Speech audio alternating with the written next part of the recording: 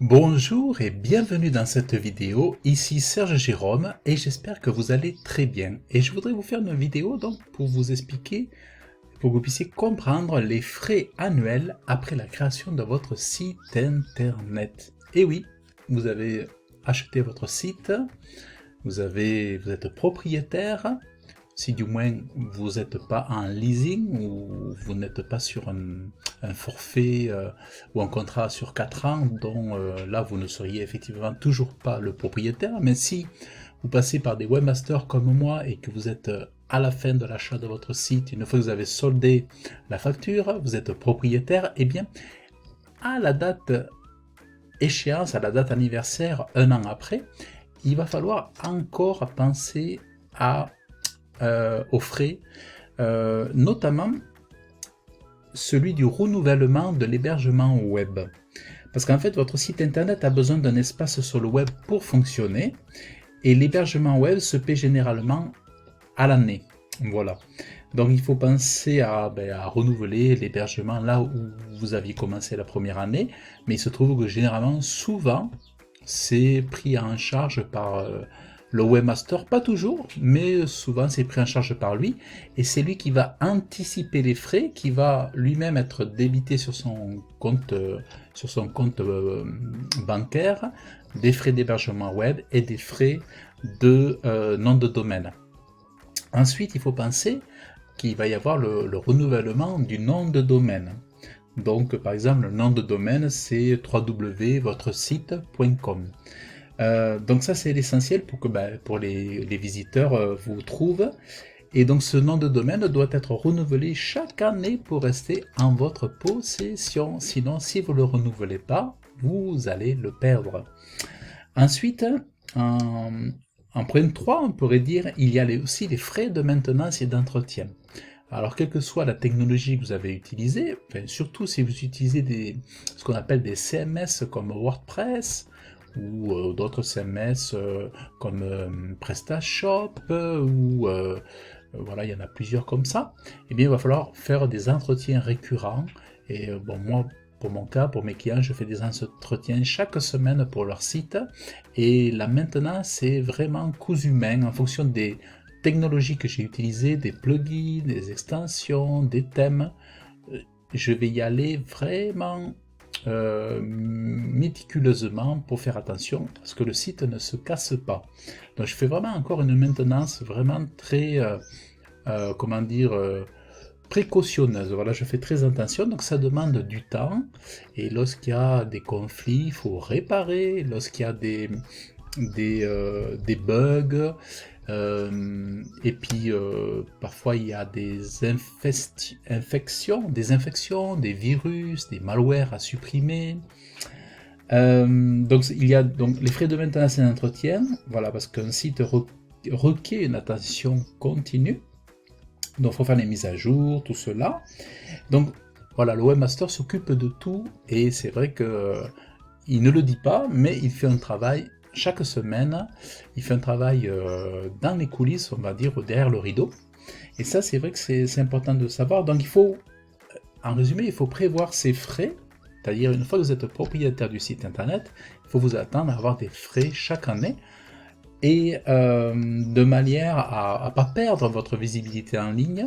Parce que par exemple, si c'est vous qui êtes en charge de payer les frais d'hébergement web et de nom de domaine, faites attention que lorsque vous allez recevoir de la part de votre hébergeur la demande de règlement, si ce n'est pas un renouvellement automatique, si vous ne faites pas attention à vos emails, à faire le règlement, eh bien qu'est-ce qui va se passer? C'est qu'au bout de quelques relances, eh bien votre site internet va disparaître et vous ne serez plus en ligne.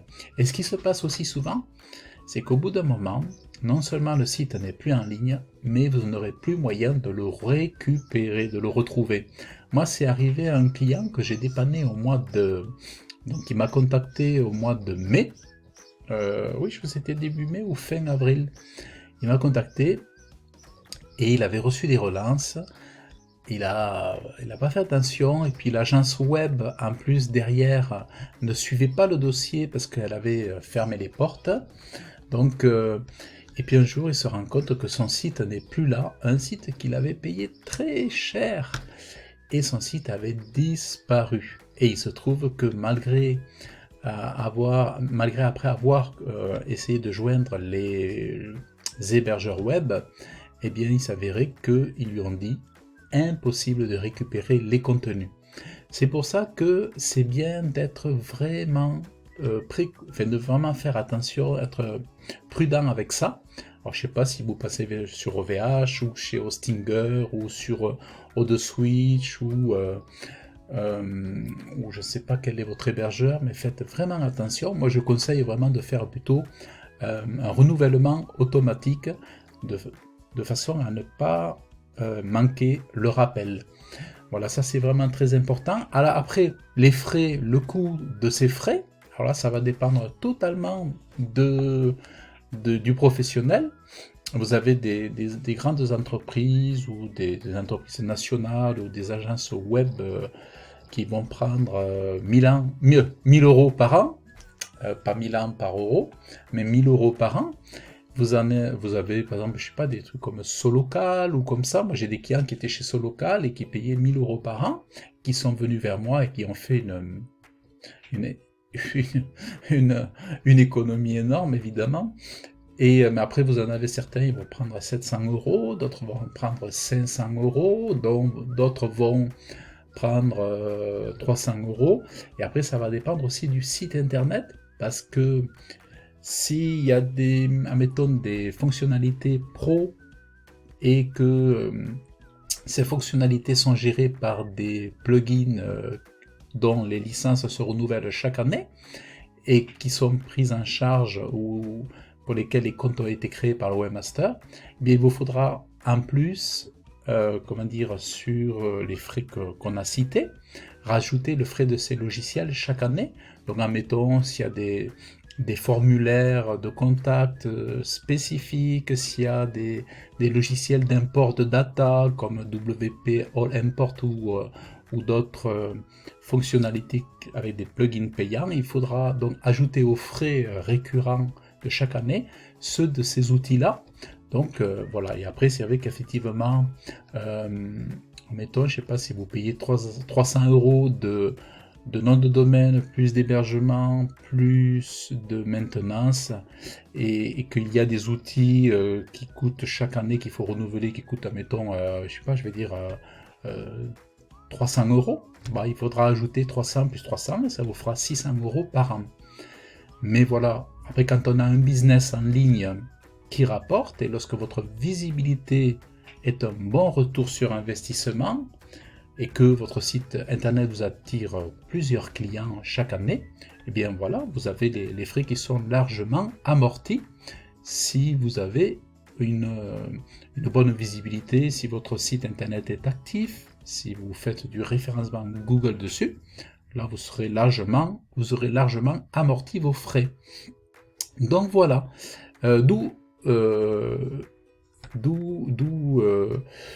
l'intérêt de travailler sans référencement Google. C'est important de le dire, puisque moi-même j'ai ma casquette de consultant en référencement Google local et national. Voilà, donc j'espère que cela vous aura intéressé, puis c'est important, c'est surtout j'ai fait cette vidéo pour le rappeler aux professionnels qui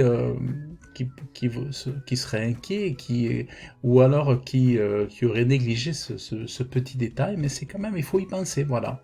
Il y aura quelques frais, pour certains ça paraît beaucoup, pour d'autres ça va paraître comme peu, mais c'est vrai qu'il faut y penser, il faut se préparer à ça. C'est pour ça que donc il faut voir si vraiment il y a des fonctionnalités, par exemple si vous payez des forfaits des logiciels la première année, il faut voir si vous serez en mesure de les repayer la deuxième année, la troisième année, donc voir si ces fonctionnalités payantes sont cruciales pour vous ou pas. Donc voilà, c'est pour ça qu'il faut tout peser, bien réfléchir aux technologies qu'on va utiliser pour réduire ou pas les frais annuels de maintenance, d'entretien, de renouvellement des fonctionnalités du site internet. Voilà, et bien je vous invite à liker cette vidéo si vous avez apprécié, je vous invite à laisser vos commentaires et aussi à vous abonner à la chaîne YouTube. Vous pourrez toujours retrouver mes conseils quant à la création de sites WordPress, Elementor, et puis aussi des tutos formation en référencement Google. Donc voilà, ce sera avec plaisir que je vous retrouverai sur les futures vidéos aussi également. Voilà, donc je vous remercie d'avoir suivi cette vidéo. Vous pouvez vous inscrire à ma newsletter ou recevoir mes pépites par email. Il vous suffit de cliquer dans le lien en descriptif de cette vidéo. Voilà, donc je vous dis à très bientôt. Bye bye.